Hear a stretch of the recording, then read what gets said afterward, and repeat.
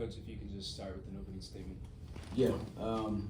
The first thing I would like to do is thank the Chase Center for their the relationship that our university has been able to establish with them. To have the opportunity to come here and play 2 games this year has been amazing for our program. I apologize to our fans that we didn't perform the way I know we're capable of in the second half. But I would also like to give credit to Gonzaga. I thought they were phenomenal in the second half.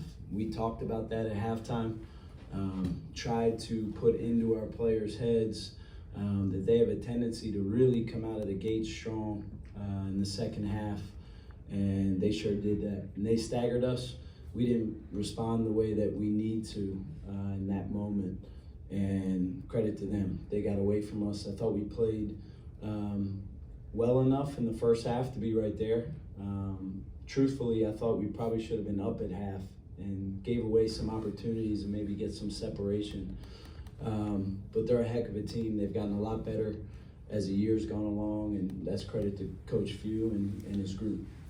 They've really embraced their roles. I think Graham Ike is playing at a phenomenal level. But great team. We hope we have a chance to play them again. But for us, we got to turn the page and get back to competing the way that I know we can as a group. And Chris, kind of following up on that, after the game at St. Mary's last week, you said you told the team, we didn't do quite what we needed to do down the stretch, but that's the way to compete. That's the way you want to see them play. Yeah. I'm thinking you didn't tell them that tonight, correct? No, that's not what it looks like. Yeah, that's not what it looks like. I would say the guys who finished the game competed the way that you're supposed to compete. And you can't pick and choose. Unfortunately, if we want to be the program that I know we can be, you can't pick and choose when you decide that things matter or possessions matter. It's got to be an all-the-time thing. And when you're playing a top 25 team, the margin of error is so small. And,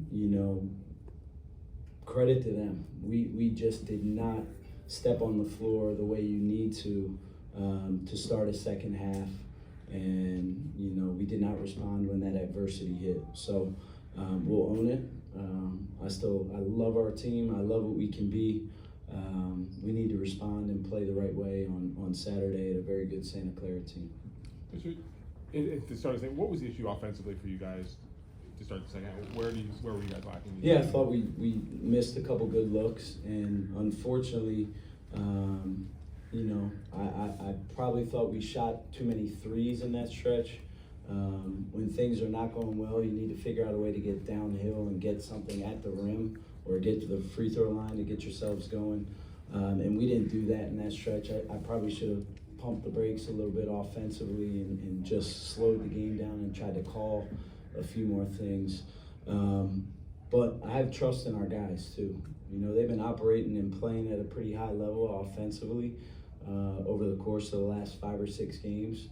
We need to continue to learn how important every possession is in games like this. When things aren't going your way, simplicity and singles. We don't need home runs, we just need singles. And I thought we didn't really do that in that stretch. And some of that is credit to Gonzaga too. I thought they upped their defense, increased their intensity, and a lot of it has to do with them. But we need to get better as well. Just what makes Graham Ike such a load down there, and is he maybe the best player you guys have seen this year in the conference? I know he's kind of up for the player of the year. There's kind of a few guys in that mix right now. Yeah, as I mentioned, I think he's playing at an elite level right now. He's got a swagger to him. He's got a confidence to him. He's jokingly talking to me during the game. He's got a competitive spirit that you need. If you want to be an elite big guy.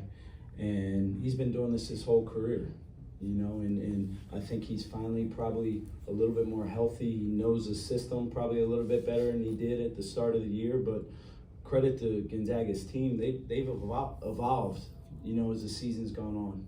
And for them to play 3 big guys and figure out how to do that and how to operate at their efficiency numbers offensively are off the charts. And I was extremely concerned about that heading into the game. So, I felt good at halftime because we had, although he had a good first half, we had limited the other guys. And unfortunately, you can't get, let Hickman and some of the other guys get going. And, we just didn't do a good enough job. He's a hell of a player. He's all that and then some in terms of the accolades that he deserves. What's up, Coach? Back here. Kind of a two-parter. The first one, playing at Chase Center, it's listed as a neutral game, but obviously we're in San Francisco. Kind of talk to me about how the fans were a big impact in this game and just kind of the experience for you and also the players as well, playing in a professional stadium. And then the second part of it also is kind of just talk to me about, potentially seeing Gonzaga again in the tournament, what adjustments might be needed for that second go around, and, looking forward to finishing out the, conference play and going into the tournament. Yeah, so to answer your first question, I had a pretty comfortable feeling coming into the game playing here, being that we had already played Minnesota here, performed well, got a good win against a really quality team that's actually done well in their conference to this point. So coming into the game, I thought our guys would be comfortable in the setting. Our locker room and our staff and our team, we're just disappointed that we didn't take advantage of the great turnout that we had.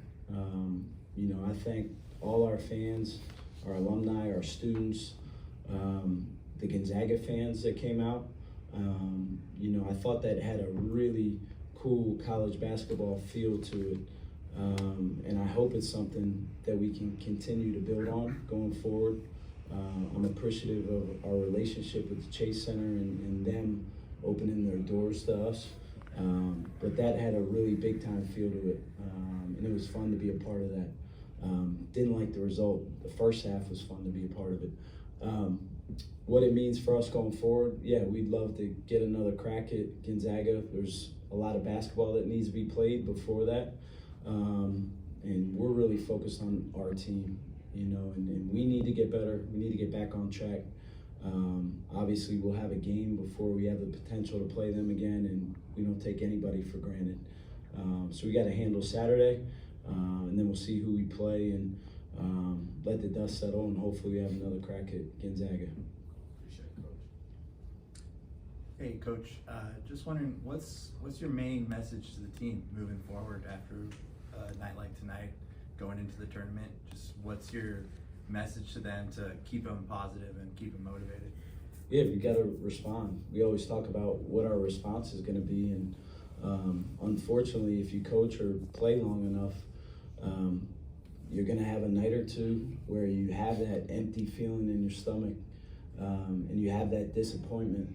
And I know our guys want to win, and I know how important it is to them. They didn't want to perform that way, and I didn't either. But we can control what our response is. We can control how we come into the film room tomorrow, how we prepare and embrace the game plan that's going to go into a really tough Santa Clara game on Saturday. And that's really all you can control. I mean, we're dealing with 18 to 24-year-olds, and we'll get them back on track. And I know they're about the right things, and they care about their team and their teammates. So, tough pill to swallow here in the moment, but we got to be, we got to be men. We got to get our shoulders back, our heads up, and figure out a way to come back and compete tomorrow and get ready to play on Saturday. Jack, go ahead. Watson had the shot inside the paint at the end of the first half to put Gonzaga up 1, and then to start the second half, Gonzaga goes on the 19-2 run. Do you believe that shot helped contribute to the momentum swing of the game? Yeah, I would say